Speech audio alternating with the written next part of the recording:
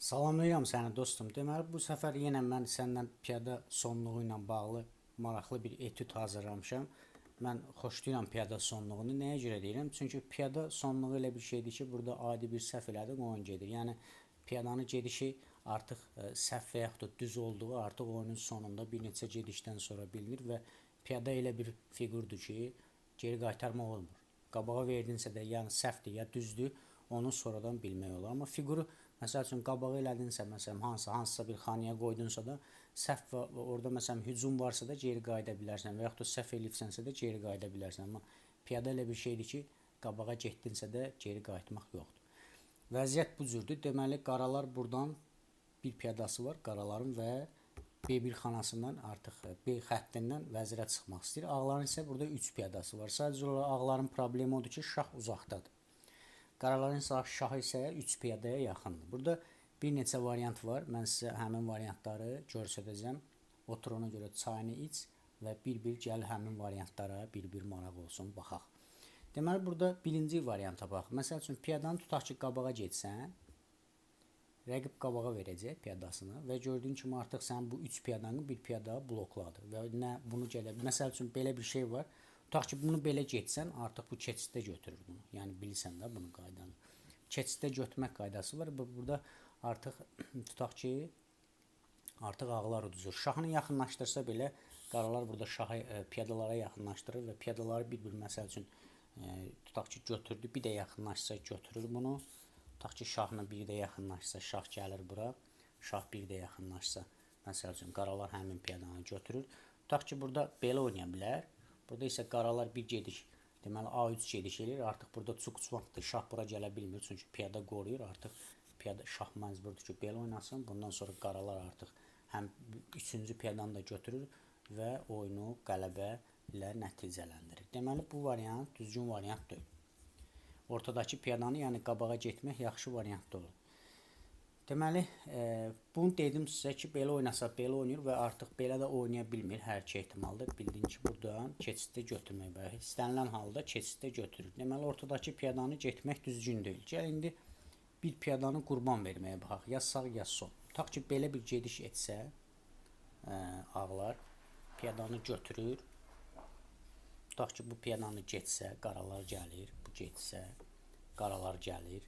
Bu getsə, qaralar həmin piyadanı götürür, gedir bu, piyadanı gedir, buradan vəzirə çıxır, tutaq ki, buradan piyadanı qabağa verir, buradan şah verirsə, artıq qaraların şahı A1 xanasına gəlir və burada heç içədir, çünki vəzir bu diaqonalı tuta bilməz. Tutsa artıq heç içədir, burada istənilən halda şah verir, şah gəlir bura, məsəl üçün, bir də şah verməlidir, ya buradan şah verməlidir, yenə şah A1 xanasına keçir və burada heç içə vəziyyəti yaranır.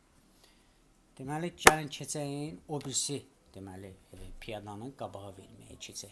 Deməli, əgər bunu versə, tutaq ki, bunu qabağa vursa, tutaq ki, ağlar qabağa gedir, şah yaxınlaşmalıdır, ağlar piyadanı qabağa verir, şah yaxınlaşır piyadaya, ağlar yenə qabağa gedir, vurur bunu, ağlar qabağa gedir vəzirə, piyadanı qabağa verir, ağlar vəzirə çıxır.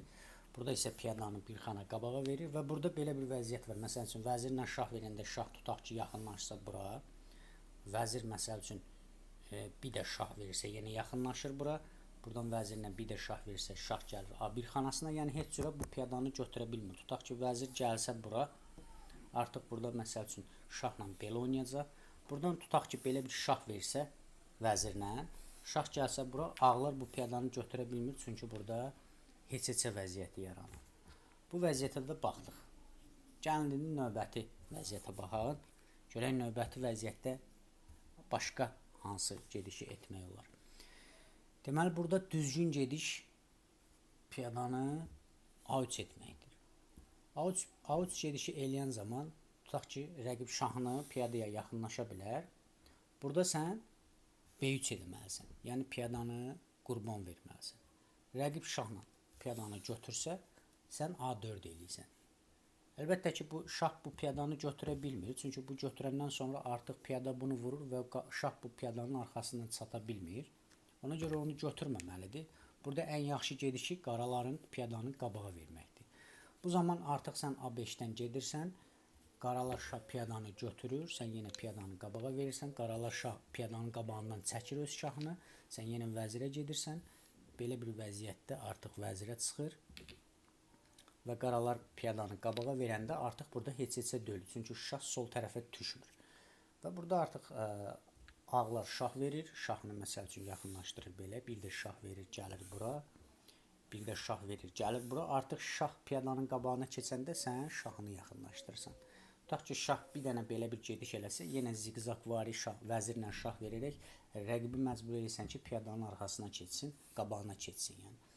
Belə bir vəziyyətdə artıq sən yenə şahını yaxınlaşdırırsan, rəqib şahını sola çək, sağa çəksə sən yenə şah verirsən, rəqib uzaqlaşa bilmir.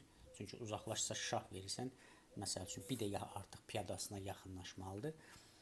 Bu zaman bir də şah verirsən, rəqib şahını artıq piyadanın qabağına verəndə bir də sən şahını yaxınlaşdırarsan və bu uzatmaq istəmirəm, teorik olaraq artıq ağlara qələbə verir. Yəni belə ziqzaqvari sən şahla onun şahının piyadanın qabağından çıxmağının qabağını alırsan və artıq şah piyadanın qabağına keçəndə sən həmin boş gedişdə şahını yaxınlaşdırırsan və bu gedişlə rəqibi udursan.